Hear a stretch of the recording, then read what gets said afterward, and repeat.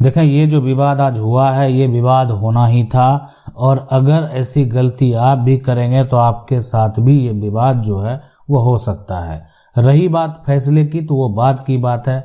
अब ये व्यक्ति है, दोनों व्यक्ति समझदार है, लेकिन गलती ऐसी हुई जिसके चलते जो है आप समझ सकते हैं कि इनका पूरा समय बर्बाद हो गया और पूरी एक लंबी लड़ाई करनी पड़ी। आखिर ऐसा क्या हुआ? देखें, ये जो व्यक्ति हैं ये क्या करते हैं, आज से जो है 10 साल पहले, है ना, 10 साल पहले एक ज़मीन को खरीदते हैं।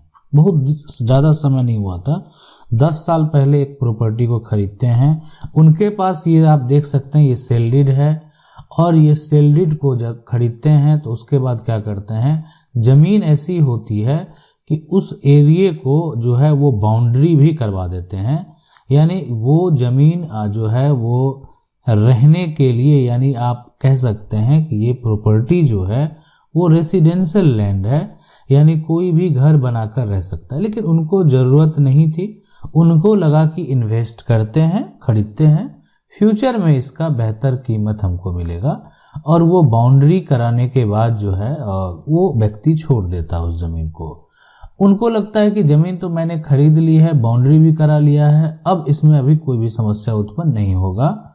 लेकिन समस्या उत्पन्न हुआ, यानी समस्या उत्पन्न ये हुआ कि यहाँ पर जो है 10 साल बाद दूसरा जो समस्या उत्पन्न होता है, जब 10 साल पहले खरीदा तो समस्या तो 10 साल के बाद उत्पन्न हुआ।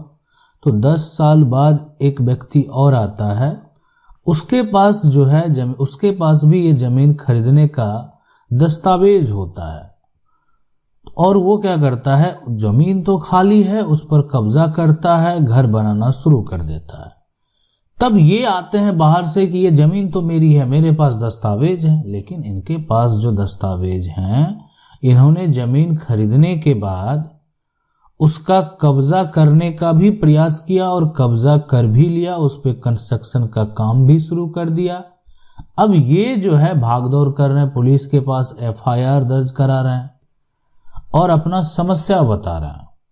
तो अब जो है यहाँ पर अगर देखा जाए तो, लेकिन 10 साल पहले जो अपने संपत्ति को इन्वेस्ट करने के लिए खरीदा था, आज वो छटपटा रहा है, वो परेशानी में फंस चुका है। क्या करेगा, उसको क्या करना चाहिए? तो आज मैं आपको बता देता हूं कि आपको क्या करना चाहिए। और आपने सबसे बड़ी गलती कर चुके हैं, वो है ज़मीन तो आप खरीद लिए, ज़मीन पर आपने बाउंड्री भी करवा लिया, इस पे जो है सारा कुछ करवा लिया, लेकिन इसका आपने जो है एक काम नहीं कराए, वो है ज़मीन का दाखिल खारिज। दाखिल खारिज कराने से क्या होता, इसमें जो विक्रेता का नाम अगर पहले जो दर्ज था वो कैंसिल हो जाता, और एक तरह से नया ये जो क्रेता है इसका नाम यहाँ पर दर्ज हो जाता। क्रेता की ओर से सरकार को जो है एक तरह से टैक्स जाने लगता, यानी ये क्रेता के पास जो है यानी जमीन का यहाँ पर एक रजिस्ट्री हो गया दस्तावेज, और साथ में जो सबसे महत्वपूर्ण है वो भी है जमीन का म्यूटेशन, यानी वो भी हो गया। अब वो जो व्यक्ति है ये रसीद कटा पा रहा है, ये सारा जो डिटेल है यानी अब ये देख पा रहा है। तो आखिरकार आप कहेंगे कि अगर रजिस्ट्री करा लिया तो क्या उसका कोई मान्यता नहीं है? देखें, बिल्कुल मान्यता है। ऐसा तो ये भी मान्यता है कि एक बार विक्रेता ने संपत्ति को अगर बेच दिया तो विक्रेता के परिवार का कोई भी सदस्य इस संपत्ति को दोबारा बेचने का हकदार नहीं है। यानी विक्रेता जो है उसका परिवार का कोई भी मेंबर इस संपत्ति को दोबारा नहीं बेच सकता। लेकिन फिर भी ऐसा किया गया, आखिर ऐसा क्यों किया गया? सवाल है, सबसे बड़ा सवाल है, सबसे महत्वपूर्ण सवाल है, आखिर ऐसा क्यों? तो आखिर ऐसा होने की वजह यही है कि 10 साल पहले जमीन तो बेच दिया, लेकिन उसका दाखिल खारिज ना होने के चलते विक्रेता और विक्रेता के परिवार का नाम जो है आगे बदलता गया। यानी पहले पिता के नाम से संपत्ति था और वो संपत्ति ट्रांसफर हो गया बेटा के नाम से। बेटा को लगा कि ये संपत्ति तो मेरा ही है और हम इसको बेच देते हैं। पैसे की लालच कहें या जो भी कहें, या लालच भी कह सकते हैं, सारी जानकारी होते हुए लोग ऐसा करते हैं। और वो संपत्ति खरीदने वाला जो है उसको लगा, उसको प्रॉपर्टी दिखाया भी गया, प्रॉपर्टी खाली था, प्रॉपर्टी का कब्जा भी दे दिया गया और ये व्यक्ति खरीद कर म्यूटेशन भी करा लिया। और मामला, इस तरह का जो मामला है, कहाँ लंबित है? सिविल कोर्ट में। यानी अब तो ये जो है, यानी एक गलती की वजह से, एक सिर्फ गलती आप कह सकते हैं, कोई यहाँ पर एक गलती हुई है और उस गलती की वजह से जो है, यानी पूरा जो प्रक्रिया है वो बदल गया। यानी अगर ये म्यूटेशन करा लेता तो विक्रेता का नाम ही उस पे नहीं रहता, विक्रेता का परिवार उसको बेच नहीं सकता था। कानून के तौर पे ये व्यक्ति जो है एफआईआर करता भी इसके खिलाफ, तो इसका मदद जो है एक तरह से सही तरीके से किया जाता, लेकिन ये डॉक्यूमेंट में अधूरा है। इसके पास पर्याप्त डॉक्यूमेंट नहीं है जिससे ये साबित कर सके कि यहाँ पर जो है ये अपने जगह पर सही है।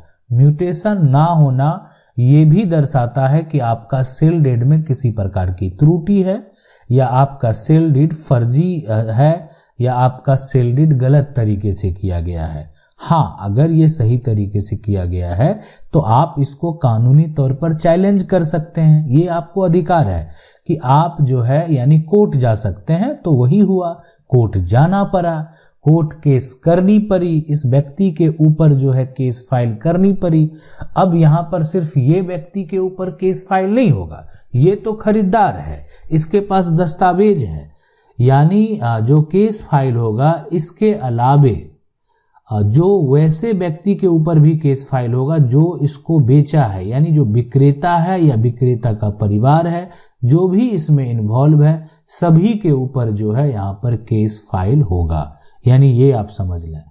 अब यानी सभी के ऊपर जो है केस फाइल अगर होता है, अब आपको क्या करना है, कैसे करना है, उसको आप सही तरीके से जो है समझ लें। और मैं आपको बता दूं कि अब आपको ऐसी गलती नहीं करना है। जमीन का अगर आपने रजिस्ट्री कराया है तो म्यूटेशन में विलंब ना कराएं, नहीं तो अगर आपके साथ फर्जीवाड़ा हो गया तो इसका मतलब ये नहीं कि आपके हाथों से जमीन चली जाएगी। देखें, आपका अधिकार है, कानूनी अधिकार है, आपने पहले खरीदा इसलिए आपका अधिकार बनता है।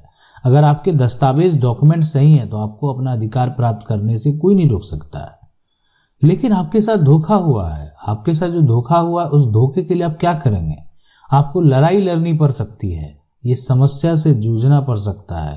तो इसके लिए विकल्प है, यानी ये सारा जो प्रक्रिया करना पड़ सकता है, तो इसके लिए तब एक ही विकल्प बचता है। यानी विकल्प यही बचता है कि अब आपको सिविल कोर्ट में केस फाइल करनी पड़ेगी, तभी आप अपना रिकवरी कर पाएंगे, अन्यथा नहीं कर पाएंगे। इसलिए आप ध्यान रखें, ऐसी गलती आपको नहीं करनी है। और कई बार आप जो बहुत सुप्रीम कोर्ट के भी फैसले हम बताए हैं कि हाँ, सिर्फ ये तो मान लेते हैं कि जमीन रजिस्ट्री के बाद दाखिल खारिज। अब बहुत ऐसे फैसले हैं जहां पर लोग पहले गलत तरीके से दाखिल खारिज करा लेते हैं, और बहुत लोगों का सवाल भी हुआ कि गलत तरीके से कराते कैसे हैं। तो वो भी एक तरह से हो गया कि जालसाजी ही करना, एक तरह से फर्जी डॉक्यूमेंट के आधार पर अप्लाई कर देना या फर्जी पंचनामा के आधार पर अप्लाई कर देना, वो भी फ्रॉड करना होता है, धोखा करना होता है। आशा करते हैं वीडियो अच्छा लगा होगा। वीडियो को लाइक जरूर कर दें, चैनल को पहली बार देख रहे हैं सब्सक्राइब करके जो बेल आइकन है उसको जरूर दबा लें। मिलते हैं अगली वीडियो में, तब तक के लिए जय हिंद।